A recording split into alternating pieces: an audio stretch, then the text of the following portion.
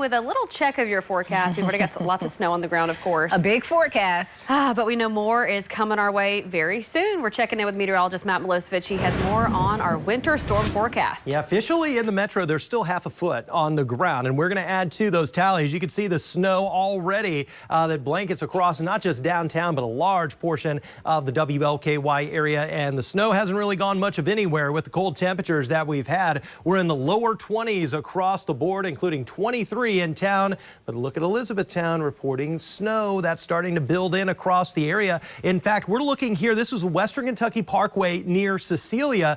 And look, we can see the snow flying as the trucks move on by. You can also see it kind of blowing around on the roadways too. The driving lanes look fine right now, but I think travel will be increasingly tough as we move through the remainder of the day and the snow builds in from southwest to northeast across the WLKY area. Here is the metro, and you see some of that snow that's been flying around E-Town, making its way towards Radcliffe and Brandenburg, so it will be in the metro area, I believe. We'll start to see our first few flakes flying around as we hit the 10 o'clock hour. 26 and snow continuing to build in 11 o'clock through the afternoon. It's a guarantee of snowfall across the area, and it'll be accumulating snow with temperatures staying cold in the upper 20s. That's why it's a severe alert day through the evening hours as well. We'll keep a steady snow this evening before it tapers off overnight, but temperatures staying cold in the middle 20s. We'll be done with any accumulations by 11 o'clock midnight,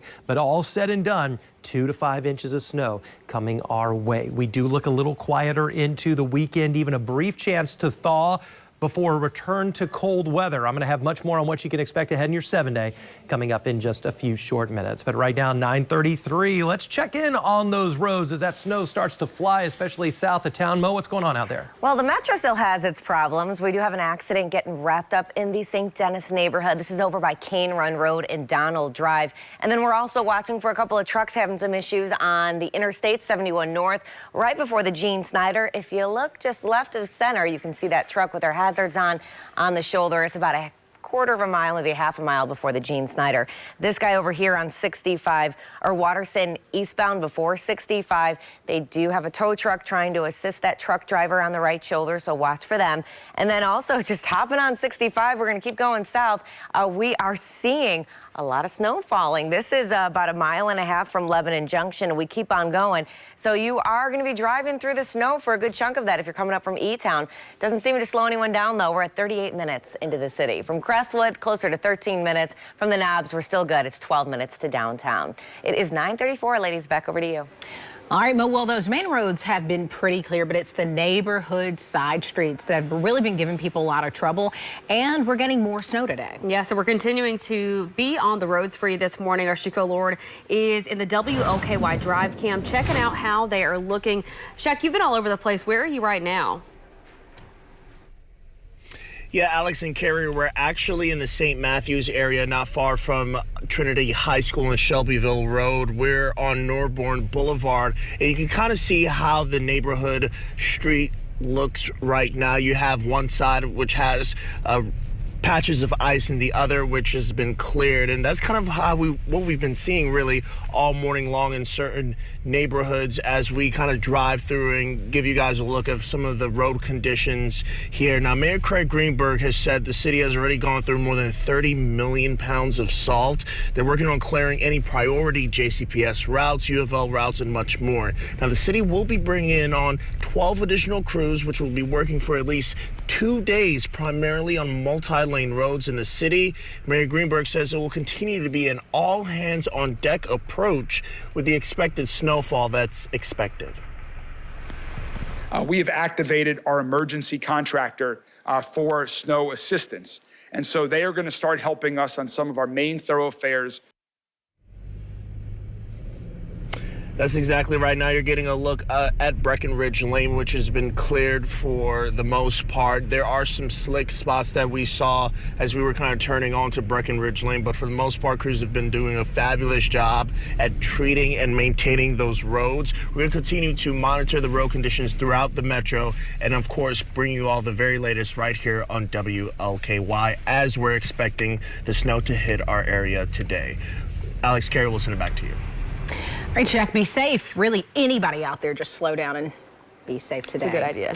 An organization dedicated to helping those without a home get off the street for a night is now being told to stop. Yeah, the South End Street Angels has been operating a shelter for those who need it out of the Louisville Streetery in Beachmont. Now, folks can get a hot meal and a place to sleep for the night, but last night the Louisville Fire Department cited the group and ordered it to stop operating as an overnight shelter because it doesn't have a permit for that.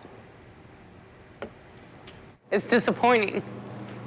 When you're a person with lived experience and you know how it feels to be invisible in a world full of people, and then you have a whole community come together. It wasn't just Street Angels. And then you have to address the issues and the rapport that you build with the individuals. It's not easy bringing our people in. We had a couple come in at 8 o'clock this morning, and we just told them they can't stay. South End Street Angels says they had to turn away more than 10 people. Most of them say they don't have many options. It is a big defeat. You know, they're doing so much and taking time out of their day to give us a place to stay in a place of business, and they're shutting down half their place just to let us stay here and, you know, being kind to us and everything, and for them to have to take it away, it's terrible. Street Angels is encouraging anyone who needs it to use the city's white flag shelters. We'll keep you posted on what kind of solutions South End Street Angels and the city can work out. You can, of course, stay up to date on the forecast and the conditions on the free WLKY mobile app. You can also get updates on school and business closings, also traffic. It's all on our app and on WLKY.com. In other news this morning, cleanup is happening after a building partially collapsed near Old Louisville. Yeah, so the do not enter tape surrounds the old milk factory on Garvin Place after the roof and wall collapsed on Wednesday. Debris is trapping some of the parked cars of people who live in a nearby apartment owned by Metro Housing Authority. Crews hired by the property owner started clearing it out the mess and digging those cars out. One resident said she expected the winter storm to be her biggest challenge this week. That was like a monkey wrench thrown into the whole deal. It was a whole extra layer, pun intended, it was just crazy. Opening the door that morning and looking out, it was shocking. The city also posted an emergency demolition notice on the outside of the building. Louisville's newest Metro Council members are officially on the job. 7 new members took the oath of office on Thursday. Democrats still hold a majority on council, holding 14 out of the 26 seats. Now, the youngest person elected to Metro Council is reflecting on his time in office. Jacory Arthur, who represented District 4, did not seek re-election. While in office, he sponsored and passed 150 pieces of legislation addressing violence and anti-displacement. He was also instrumental in creating Alberta Jones Park in West Louisville. The outgoing councilman hopes for progress in local government and for residents' voices to be heard. So I encourage the constituents to get involved, whether that's being a part of your neighborhood association, being in a labor union, being in a tenants union. How are you building power with people in your community so that whoever's in office can be held accountable to do what's right? And I believe doing what's right means addressing those triple evils: poverty, discrimination, and violence. Arthur says he plans to continue organizing and keeping the community informed about important issues. Coming up this morning, getting into parts of New York City just got even more expensive. Congestion pricing is now in effect in the Big Apple. We are traveling across the pond to see whether or not it does any good.